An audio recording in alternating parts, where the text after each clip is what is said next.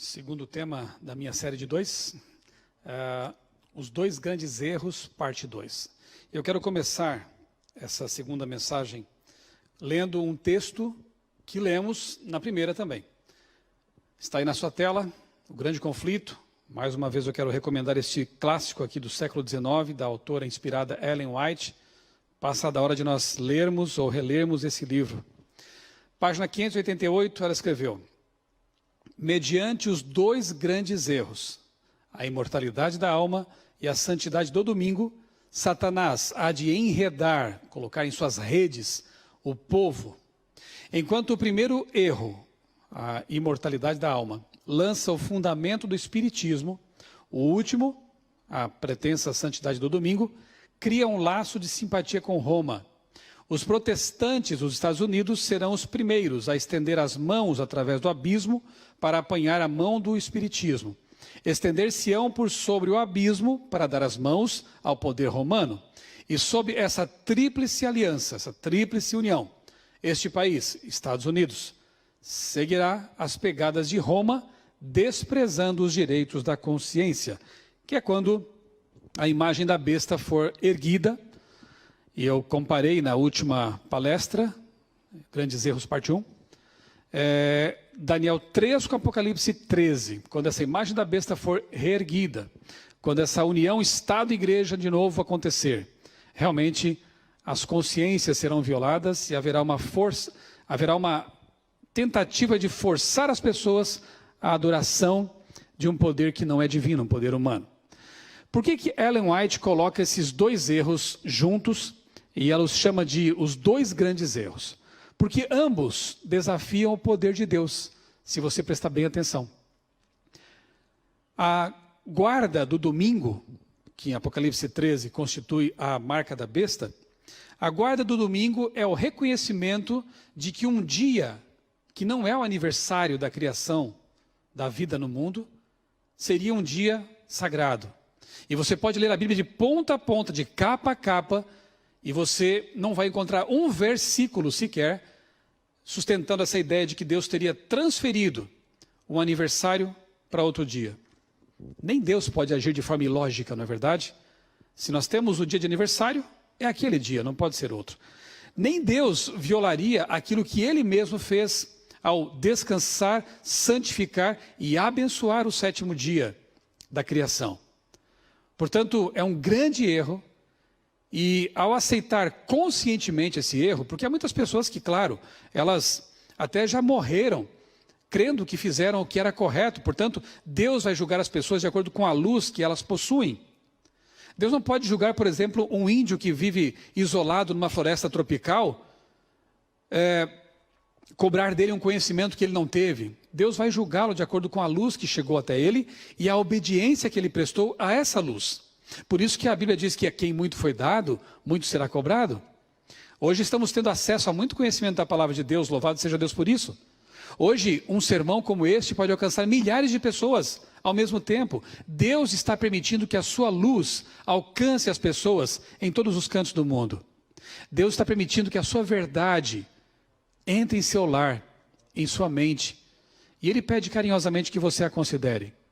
Ele pede que você abra o coração, que você abra a porta da sua vida, da sua mente, da sua casa, para que a verdade entre e faça ali o trabalho que ela tem que fazer. Infelizmente, esses dois grandes erros alcançaram o planeta. E a imortalidade da alma, essa ideia que não é bíblica também, você pode ler a Bíblia de ponta a ponta, de capa a capa, e você não vai encontrar um versículo que diga que o ser humano é inerentemente imortal. Jamais. Nós dependemos de Deus, a fonte de vida, para ser imortais, um dia. Desconectados dessa fonte, nós não temos vida. A vida que nós temos é emprestada. Deus é a fonte de vida. Por isso que Jesus disse: eu sou o caminho, a verdade e a vida. Sem Cristo não temos vida. Por isso que esses dois erros são perigosíssimos. Ambos nos afastam do Deus Criador, do Deus Todo-Poderoso. Quando guardamos o sábado, reconhecemos que precisamos do Criador. Quando guardamos o sábado, esse templo no tempo que chega até nós toda semana. Quando nós santificamos o sábado, nós estamos dizendo para o universo: eu reconheço que Deus é o meu Criador. Eu reconheço minha dependência de Deus. Ele me criou. E quando eu abandono a ideia de que somos imortais e aceito a minha mortalidade, eu estou dizendo também para o universo, eu reconheço que sem Deus eu não sou nada. Que sem Deus eu não posso ser ressuscitado.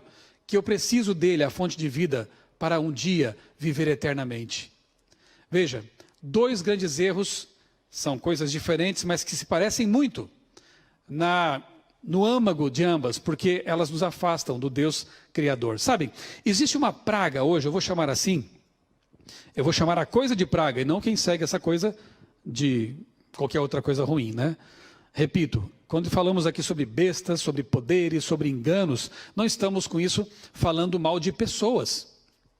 Eu vivi 18 anos da minha vida acreditando em muitas coisas que não tem nada a ver com o que eu creio hoje. Mas eu sei que Deus olhava a minha sinceridade. Até meus 18 anos eu fui evolucionista, marxista. Graças a Deus a verdade do Evangelho me alcançou. E eu pude abandonar ideias que hoje eu sei me afastavam de Deus. Mas eu creio que eu era sincero naquele momento, assim como o apóstolo Paulo, quando Saulo também foi sincero. Portanto, por favor, querido, não entenda esses estudos que estamos fazendo aqui nesta vigília como um ataque a você. Não se trata disso. Não entenda isso como uma crítica à sua pessoa. Deus ama você e sabe muito bem separar você das suas ideias. Como nós também queremos fazer aqui. Mas eu não posso deixar de falar o que está na Bíblia, eu não posso deixar de falar de sistemas, de poderes, de estruturas que infelizmente estão obscurecendo a verdade divina. E uma delas, que eu acabei de chamar de praga, tem o nome de evolucionismo teísta. Satanás é muito esperto. Ele sabe que algumas pessoas não vão conseguir abandonar Deus com ideias naturalistas ou ateístas. Então o que ele faz? Ele tenta mesclar verdades com engano. E muitas vezes com isso ele ganha mais terreno, e isso é até mais perigoso. Quando ele mistura a verdade com o erro, as pessoas não conseguem talvez discernir. E o evolucionismo teísta prega que, ok, Deus existe, se você o aceita, ele existe, mas ele não criou a vida como está ali em Gênesis. Adão e Eva, como eu disse na palestra número 1, eles eram apenas figuras mitológicas. Eles eram apenas parte de um conto da carochinha. Deus criou a primeira forma de vida, talvez uma protocélula ou coisa parecida. E essa protocélula foi evoluindo naturalmente, por processos naturais, mutações filtradas por seleção natural. E com isso Satanás derruba o relato da criação. Lá onde estão contidas as instituições sagradas do casamento e do sábado. E com isso vemos a bagunça que há no mundo hoje. Infelizmente o relativismo, ele acaba criando realmente muitos órfãos da palavra de Deus, pessoas que talvez começaram a crer nela, mas depois a abandonaram, aceitando essas filosofias. O evolucionismo teísta é mistura de má ciência com péssima teologia. Quando você derruba os primeiros capítulos da Bíblia, você derruba ali o plano da redenção. Em Gênesis 3,15 encontramos a primeira profecia messiânica, quando é dito que Cristo esmagaria a cabeça da serpente. Mas se o pecado que está no capítulo 3 pertence a uma história mitológica, mítica, logo o pecado não existe. Se a morte é resultado do pecado e o pecado não existe, a morte também passa a ser um constituinte natural da criação de Deus. Então Deus criou a vida e a morte. E quando as pessoas param para pensar nisso, infelizmente algumas delas acabam abandonando Deus. Porque não pode aceitar um Deus que cria vida e morte, um Deus que cria doença e cura, um Deus que cria flores e espinhos. Que Deus é esse? Assim como um Deus que condenaria no inferno eterno pessoas que pecaram algumas décadas aqui na terra. O diabo é especialista em deturpar o caráter de Deus. E por isso nós insistimos tanto para que as pessoas conheçam o Deus da Bíblia, que estudem a Bíblia, para não se deixar levar por essas ideologias falsas que parecem verdadeiras, mas na verdade carregam muita mentira perigosa ali. 2 grandes erros fazem parte desse pacote de mentiras satânicas, cujo objetivo, na verdade, é nos afastar de Deus e nos ensinar uma coisa falsa, que nós podemos viver independentemente de Deus. Vamos voltar àquele texto de Gênesis capítulo 3, versos 4 e 5? Disse a serpente à mulher: certamente não morrereis, e se vocês comerem do fruto, vocês serão como Deus, vocês terão os olhos abertos. E o ser humano se encanta com essas coisas que parecem abrir os olhos, mas que na verdade mostram uma realidade triste, terrível, árida. Você percebe que nessa mentira original, satânica, está ali a semente da rebelião que Lúcifer começou no céu. Você percebe que nesse texto está embutida a ideia de que o ser humano pode ser independente de Deus. Eva, além de não morrer, porque isso é uma mentira de Deus, você é imortal, você tem uma alma imortal, você pode ser como Deus. Olhe para dentro de si, faça meditação transcendental, busque o Deus interior. Já ouviu essa conversa alguma vez? Interessante que quando as pessoas olham para dentro de si, não encontram Deus, encontram vazio, encontram frustração. Só quando olham para Jesus, contemplam o olhar de Cristo, é que elas encontram a paz. É que as coisas se encaixam e que tudo faz sentido. Não pense que dentro de você existe um Deus. Deus está no seu trono, está também querendo entrar na sua vida. Ele não é você, Ele criou você. Precisamos reconhecer isso. Muito bem. Apocalipse 14, versos 6 e 7. Vamos ler agora esse texto. Um texto bastante conhecido por aqueles que estudam Apocalipse e pregam essa mensagem. Ele ensina algo totalmente diferente dos grandes erros, aqui os dois grandes erros, segundo Ellen White, né, que pregam a independência. Veja, Apocalipse 14, 6 e 7, os versos dizem assim: vi outro anjo voando pelo meio do céu, tendo um evangelho eterno, ou seja, um evangelho que nunca mudou, é o mesmo no passado, é o mesmo do tempo de Cristo, é o mesmo hoje, um evangelho eterno, para pregar aos que se assentam sobre a terra, a cada nação, tribo, língua e povo, dizendo em grande voz. O que diz essa mensagem? Temei a Deus e dai-lhe glória, pois é chegada a hora do seu juízo, e adorai aquele que fez o céu, a terra, o mar e as fontes das águas. Repito o que eu disse na palestra número 1. João fez aqui um copy-paste de Êxodo capítulo 20, versos 8 a 11. Por que adorar a Deus? Que Deus? Aquele que fez os céus, a terra, o mar. E essa frase está lá no mandamento do sábado. Então, aqui no Apocalipse é prevista uma proclamação final que convida as pessoas a voltar à adoração do Deus verdadeiro, aquele que criou o mundo e aquele que estabeleceu o sábado como memorial da criação. A essência das três mensagens angélicas, segundo a mesma Ellen White, é a justificação pela fé. E a essência da justificação pela fé é a dependência de Deus.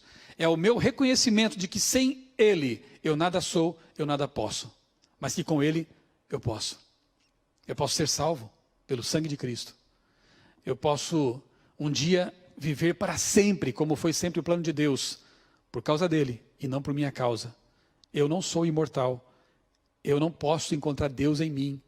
Eu sou imortal quando aceito a Jesus como meu Deus, o meu Criador, e encontro nele o meu Deus. Bem, 1844, uma história muito interessante, eu vou tentar resumir aqui em pouco tempo. Ali, naquela fazenda em Port Gibson, estado de Nova York, é considerado o berço do Adventismo, o berço da mensagem adventista. Você deve conhecer a história do grande desapontamento de 1844, quando os milleritas, aqueles que seguiam um pregador batista chamado William Miller, ou Guilherme Miller, aqui também cabe um reparo histórico, a igreja adventista nunca marcou datas para nada, e segue crendo nessa verdade, de que não temos datas para a volta de Jesus. A Bíblia diz isso, Ellen White é muito clara nisso, no livro Eventos Sinais, por exemplo, que não nos compete saber os dias, o tempo e as estações que Deus estabeleceu pela sua vontade. Muito bem. Quem marcou a data de 22 de outubro de 1854 foram os milleritas. Desse grupo de fiéis que sobreviveu ao desapontamento, digamos assim, nasce a Igreja Adventista do Sétimo Dia, mas ela vai ser organizada quase 20 anos depois dessa data. Portanto, é um erro histórico dizer que a Igreja Adventista marcou datas. Isso não é correto. Muito bem. Nessa ocasião, esse povo passou por um desapontamento muito terrível. Aguardavam Jesus voltar para aquela data, e ele não veio, obviamente. Haviam entendido equivocadamente as profecias de Daniel. E, na manhã do dia 23, um dia após o desapontamento, estavam lá grupos chorando, estavam ali com o coração partido, arrasados. Alguns haviam se despojado de seus recursos para pregar o evangelho. Alguns deixaram de colher as batatas no campo, de colher as suas plantações, porque afinal Jesus voltaria dali pouco tempo. Enfim, foi terrível. Hiram Edson, um homem de Deus, naquela manhã estava procurando os grupos de irmãos com o coração partido para confortá-los, para orar com eles. Enquanto ele caminhava desse local, aí está uma réplica do celeiro que ficava na fazenda dele, a casa está lá, o celeiro é uma réplica.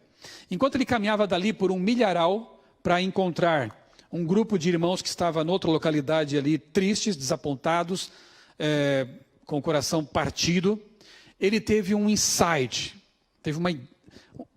alguns acham que foi até uma visão talvez, enfim. Ele contempla no céu Cristo, passando do lugar santo para o lugar santíssimo do santuário celestial. Não tenho tempo aqui de abordar esse tema maravilhoso do santuário. E seria bom que você estudasse isso, porque realmente lança muita luz sobre vários textos do Novo Testamento. Na verdade, o Apocalipse, ele está estruturado nessa doutrina fantástica do santuário. Hiram Edson compreende que a data estava certa, 22 de outubro de 1844. Eles calcularam e recalcularam isso, baseado em Daniel 8 e 9. Mas o evento não era a volta de Cristo, e sim o início desse chamado juízo investigativo, essa obra especial de Cristo no santuário celestial. Se há dúvidas, estude Hebreus, por exemplo, no Novo Testamento. Todo o livro Paulo ali fala, discorre a respeito dessa doutrina do santuário. Essa doutrina tem que ver com dependência. Mais uma vez, os mileritas que permaneceram fiéis, e dali surge então o movimento adventista, a igreja adventista entenderam que Cristo está em seu santuário e que nós precisamos dele para ter o perdão de nossos pecados. Filhinhos, estas coisas vos escrevo para que não pequeis, mas se pecarem, temos um advogado no céu, Cristo Jesus. Qualquer momento que você cometer um pecado, se arrepender disso e clamar pelo perdão, Cristo está ali. Nunca vai ser surpreendido, porque ele está continuamente intercedendo por você. Clame a Deus, peça perdão. Esse povo continuou a estudar a Bíblia, continuou a buscar respostas na palavra de Deus. E eles então redescobrem, por exemplo, a verdade do sábado, o dia do aniversário da criação, o memorial da criação. Então eles passam depois a se chamar adventistas, porque creem no advento de Cristo, do sétimo dia, porque guardam o sábado como memorial da criação e reconhecimento de sua dependência do Criador. Eles redescobrem também uma verdade que estava mal compreendida pelos cristãos, o estado do ser humano na morte. Alguns cristãos já criam em reencarnação, outros criam que o ser humano teria uma alma imortal que se desprenderia por ocasião da morte. Havia uma bagunça doutrinária nesse sentido. E esse povo, estudando a Bíblia, redescobre que Deus, quando cria o ser humano, ele usa dois elementos, o pó da terra, os elementos químicos que estão na terra estão em nosso corpo, isso é interessante, e sopra nas narinas do primeiro ser humano o fôlego de vida. Essa energia que permite que o ser humano se locomova, pense, sonhe e aspire à vida eterna. Deseje a vida eterna. Eclesiastes 9, 5 e 6, um texto tão claro, que diz que os vivos sabem que vão morrer, mas os mortos não sabem coisa nenhuma. A sua memória, o seu amor, o seu ódio, tudo isso, os sentimentos, estão entregues ao esquecimento e não tem parte alguma do que se faz aqui debaixo do sol, ou seja, nesta vida. Um texto claríssimo ao dizer que se alguém está fazendo alguma coisa por aqui, não são os mortos, porque eles permanecem inconscientes no pó da terra, onde quer que tenham morrido. Não existem mais. E João 5, 28 e 29 diz, vem o dia em que os que estão no pó da terra ressuscitarão. Se vem o dia, isso quer dizer que não veio ainda? Esse dia não chegou ainda. Portanto, os mortos permanecem mortos até quando? Eu vou ler depois com você um texto aqui muito claro de Paulo. Permanecem até a volta de Jesus. Uma boa comparação para a gente entender o que é o ser humano, porque para entender a morte é bom entender o que é a vida, né? Pode ser essa aqui com a lâmpada, uma lâmpada antiga, né, de tungstênio, uma lâmpada incandescente. O bulbo de vidro podemos comparar com o corpo, ok? E a energia elétrica que entra no bulbo para acender a luz pode ser comparada ao fôlego. Para que você tenha luz, precisa ter as duas coisas, o bulbo e a energia. Se você tira a energia, você tem só o bulbo. Se você tem a energia sem o bulbo, você tem só a energia. Ambos juntos formam a luz.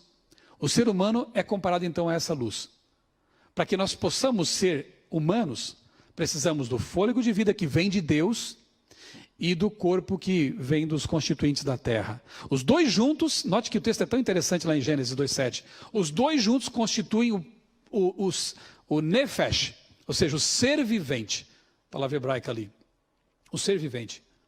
Você não recebe uma alma, você se torna uma alma, segundo o texto de Moisés, lá em Gênesis.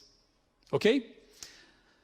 Outros textos muito interessantes, que vale a pena você anotar aí, para você depois ler em sua Bíblia. Romanos 5,2 diz que por causa de um homem o pecado entrou no mundo, e por causa do pecado a morte, todos pecaram, então herdaram também essa natureza mortal e pecaminosa. Aí Paulo afirma a historicidade de Adão, repito, e a nossa mortalidade. Ezequiel 18,4 diz que a alma que pecar, essa morrerá. E se todos somos pecadores, logo todos somos mortais. Ainda que as pessoas entendessem alma como sendo um fantasma, alguma coisa etérea, teriam que, com base nesse texto, admitir que ela é mortal. Então até os fantasmas morreriam. Mas biblicamente não há nenhum suporte para a ideia pagã de que haveria fantasmas, almas desencarnadas. Isso não é bíblico. A alma que pecar, essa morrerá. Hebreus 9:27 é um texto que acaba com a ideia da reencarnação.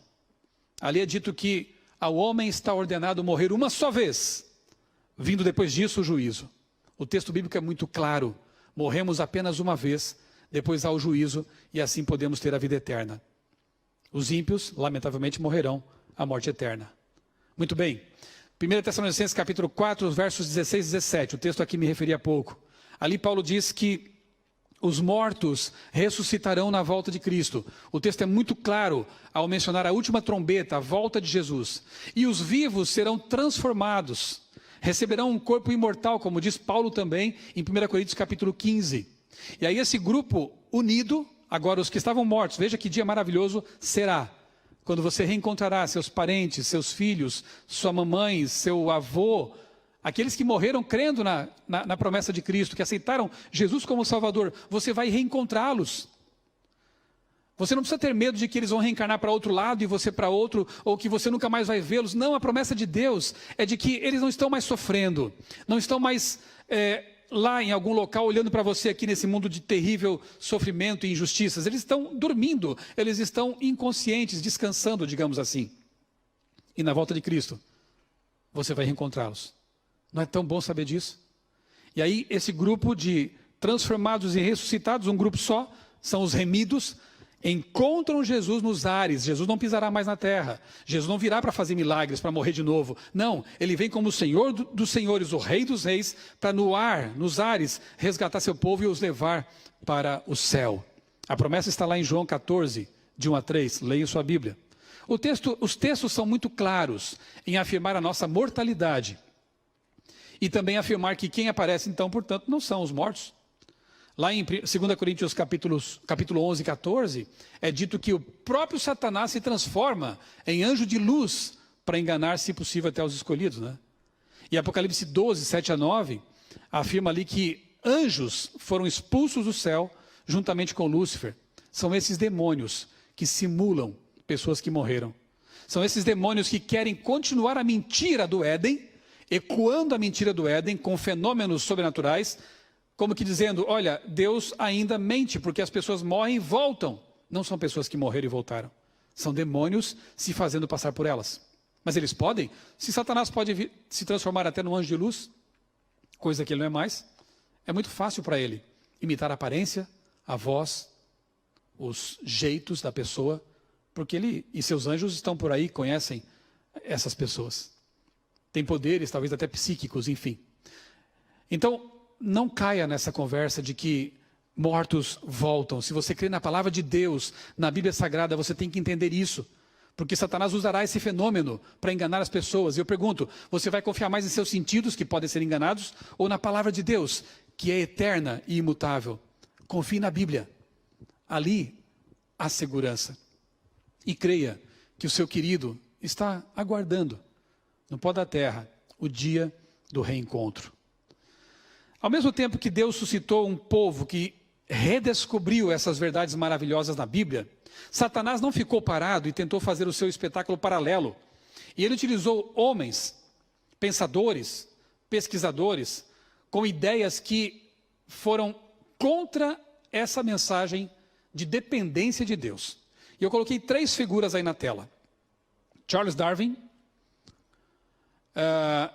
Karl Marx, os dois barbudos, e o do centro, Allan Kardec.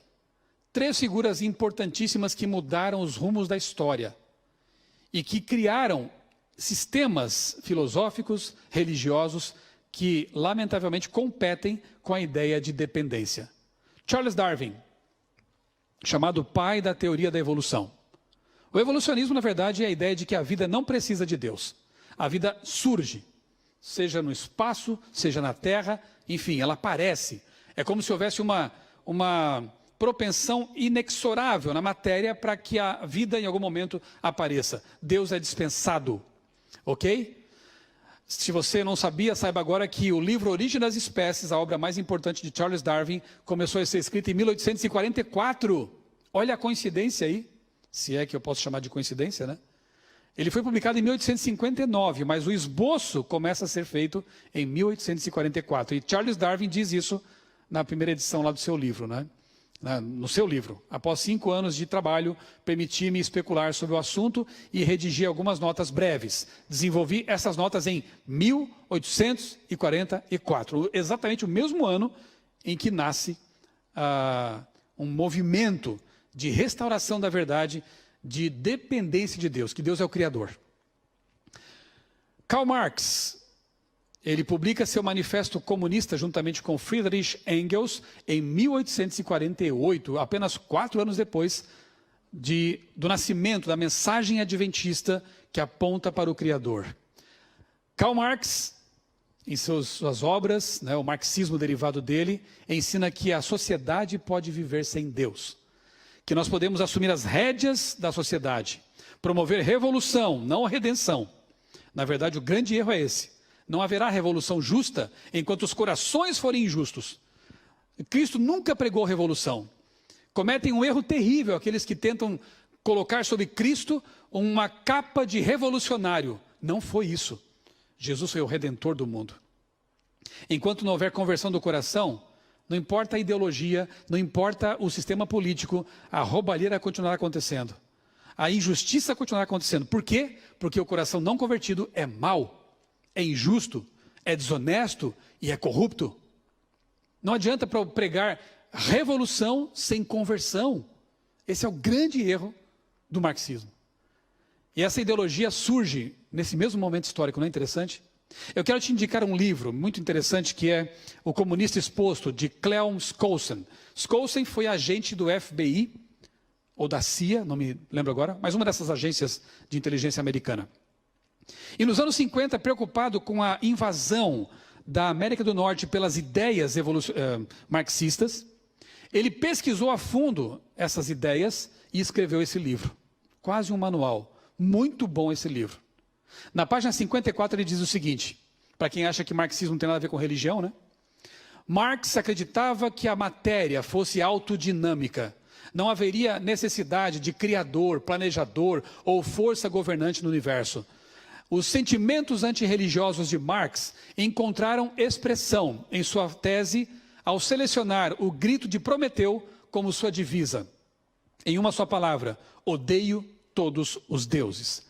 Era a frase de Marx ao adotar como seu paraninfo Prometeu, aquele deus mitológico que se rebela contra os deuses, que na verdade pode até simbolizar Satanás na mitologia grega.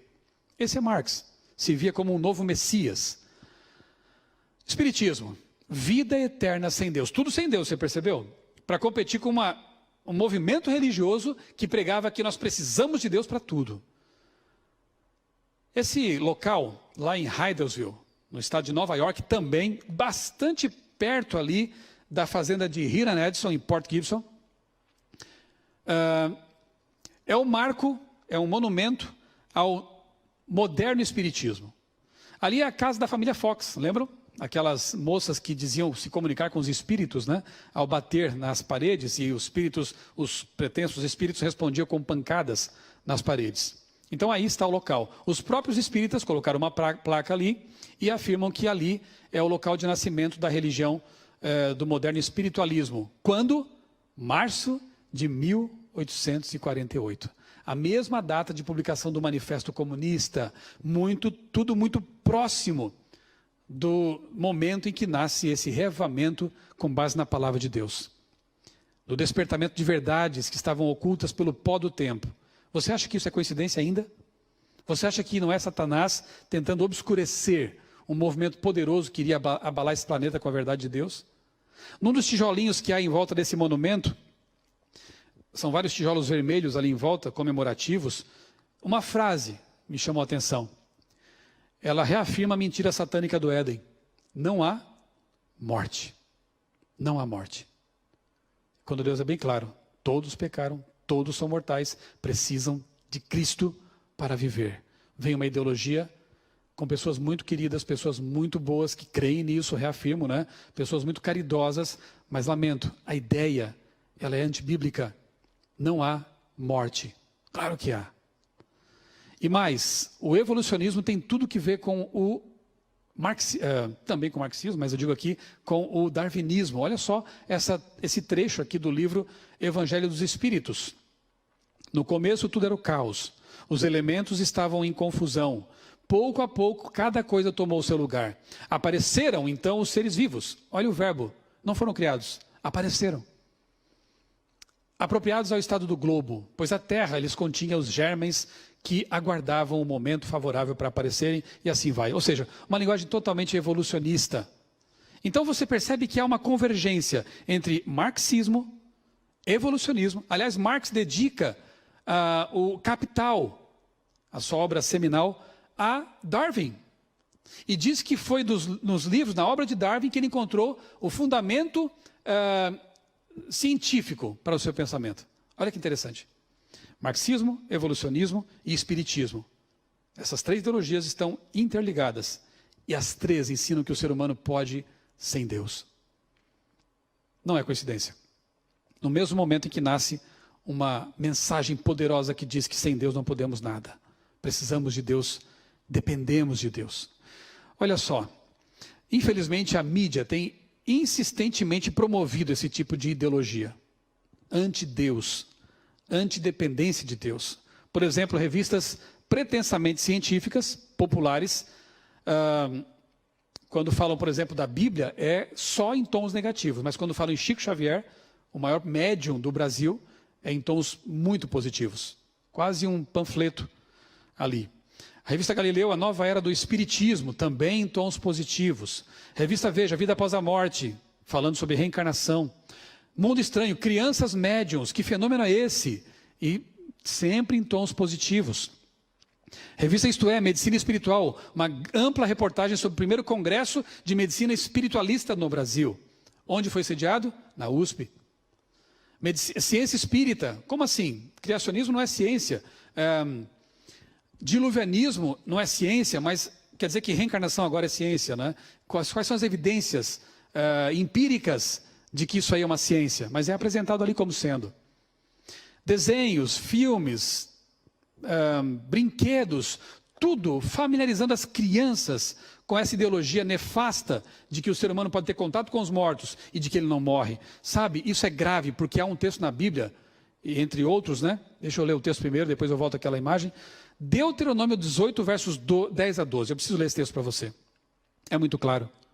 Não permitam, isso é na Nova Versão Internacional, não permitam que se ache alguém entre vocês que queime em sacrifício seu filho ou a sua filha, que pratique adivinhação, ou dedique-se à magia, ou faça presságios, ou pratique feitiçaria, ou faça encantamentos, ou seja médium, ou espírita, necromante, ou que consulte os mortos. O Senhor tem repugnância por quem pratica essas coisas. E é por causa dessas abominações que o Senhor, o seu Deus, vai expulsar aquelas nações da presença de vocês. Por que Deus abomina esse tipo de coisa? Porque esse tipo de coisa afasta o ser humano de Deus. Atribui a espíritos demoníacos coisas que seriam próprias de Deus. Porque essas ideias pregam a independência. Você é imortal, não se preocupe. Deus não pode aceitar isso. Deus sabe que sem Ele você não vive. Deus sabe que sem Ele você não tem esperança. Como Ele pode tolerar esse tipo de ideologia? Esse tipo de conceito? Não pode. Bem, e o que dizer dos que não creem nessas coisas? Há pessoas que são céticas dessas coisas. Olha, são imposturas, charlatanice ou qualquer coisa assim. Há pessoas céticas, pessoas ateias que não aceitam isso. Satanás, ele sabe como alcançar todo mundo, se não estiverem realmente blindadas pela palavra de Deus. E eu tenho visto um movimento crescendo fortemente em nosso tempo, nesses dias de pandemia mesmo. George Vandeman, o saudoso fundador do Está Escrito, já chamava os OVNIs, ETs, de brinquedos de um anjo caído. Eu quero gastar mais uns minutinhos agora explorando esse tópico, que talvez seja pouco falado. Grandes nomes da ciência, como Carl Sagan, Stephen Hawking, cientistas ateus, acreditavam que um dia o ser humano faria contato com raças alienígenas. Olha só.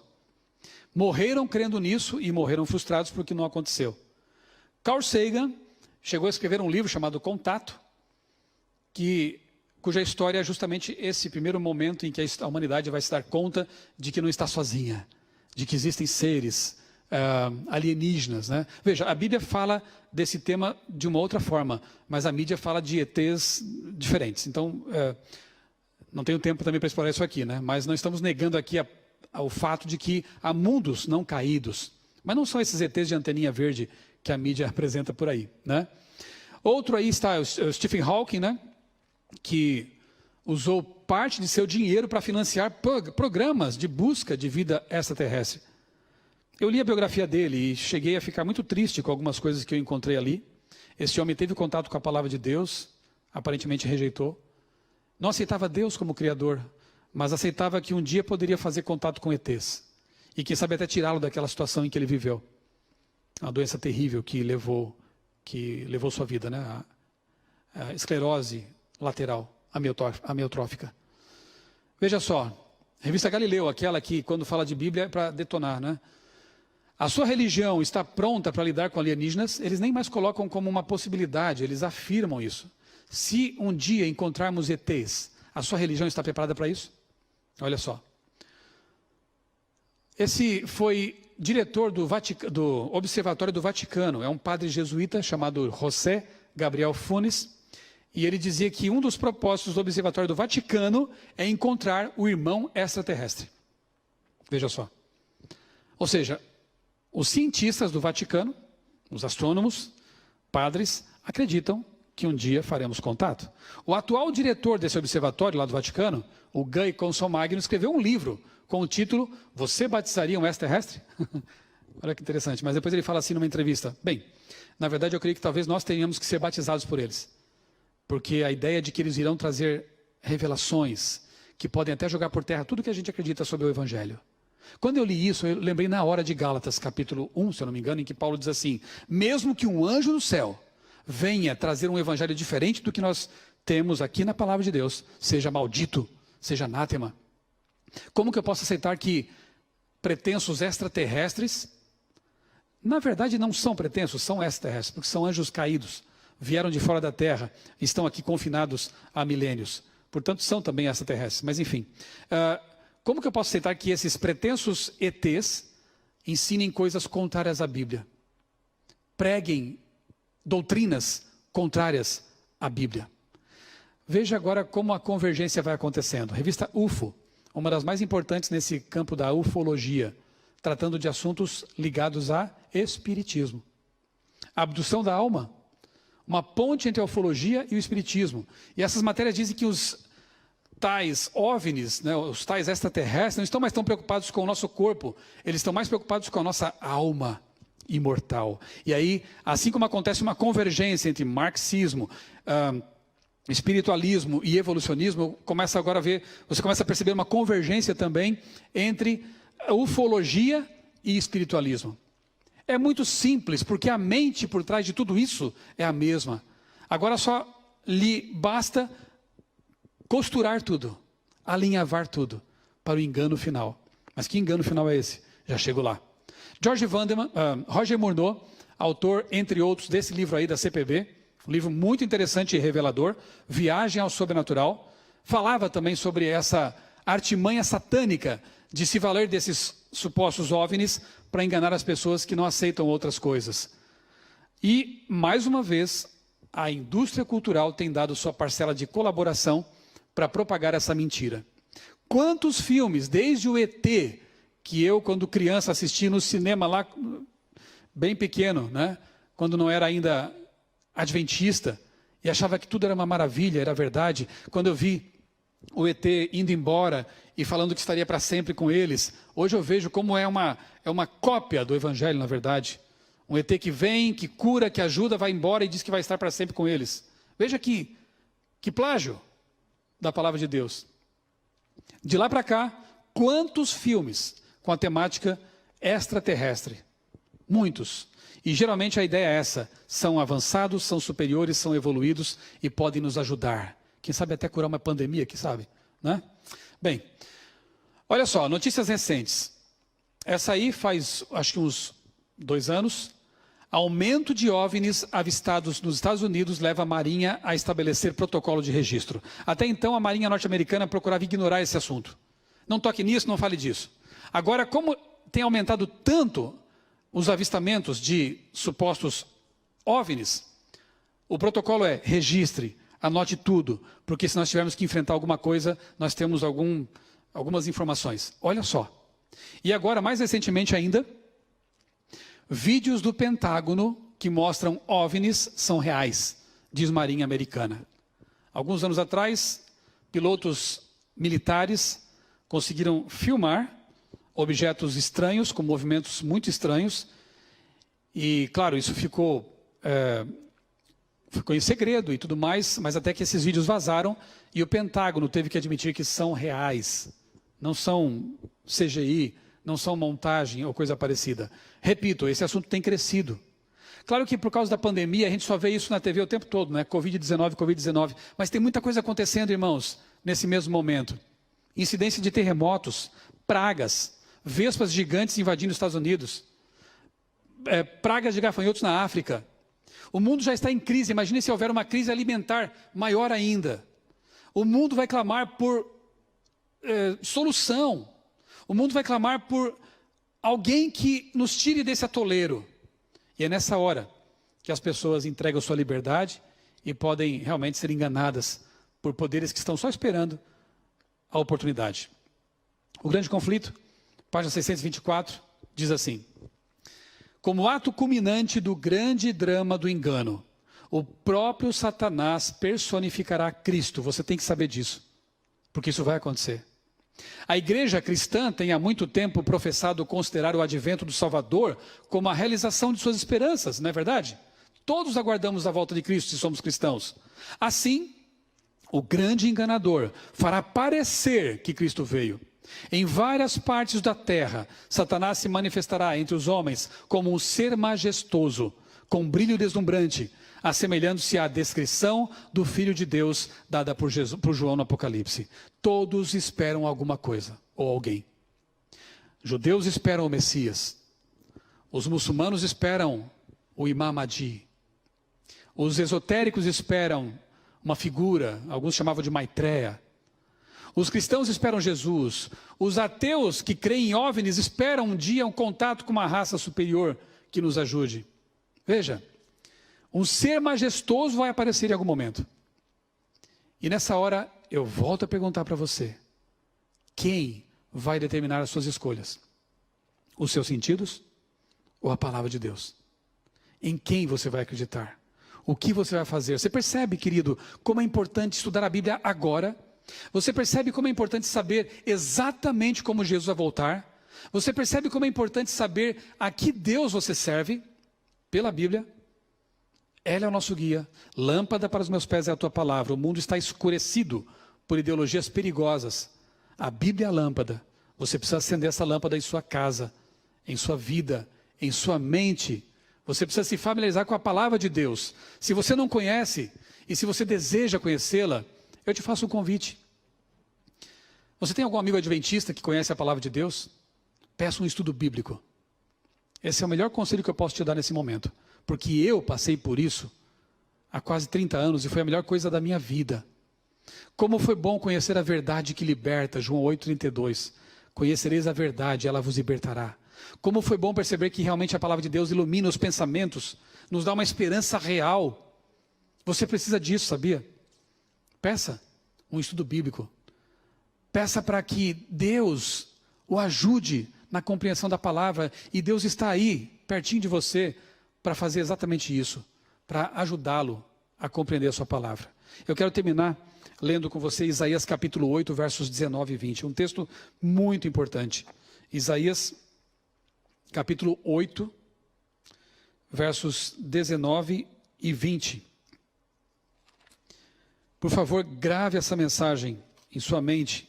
E toda vez que você tiver dúvidas sobre algum tipo de ideia, de crendice, lembre-se do que está escrito aqui. Diz o profeta, na verdade Deus dizendo por meio do profeta: quando vos disserem, consultai os necromantes, pessoas que dizem falar com os mortos. Quando vos disserem, consultai os adivinhos, e essa semana mesmo eu publiquei em meu blog, outraleitura.com.br, eu fiz uma pesquisa sobre as ditas predições do ano passado para esse. Eu quase não consegui segurar o riso. Muitos videntes, muitos leitores de cartas e búzios anunciando que 2020 seria um ano muito melhor que 2019, que seria um ano de prosperidade, um ano de paz, falharam terrivelmente. Eu gostaria que se lembrassem disso no fim deste ano, quando em dezembro, de novo, as TVs públicas entrevistarem videntes, cartomantes e astrólogos, para lembrar que esse povo falha, porque não é a palavra de Deus. Só Deus conhece o futuro, porque só Deus está lá. Só Deus anunciou o futuro por meio de sua palavra. Satanás faz seus chutes, acerta algumas vezes, mas erra muitas delas. Infelizmente a mídia não mostra os erros e enaltece os eventuais acertos.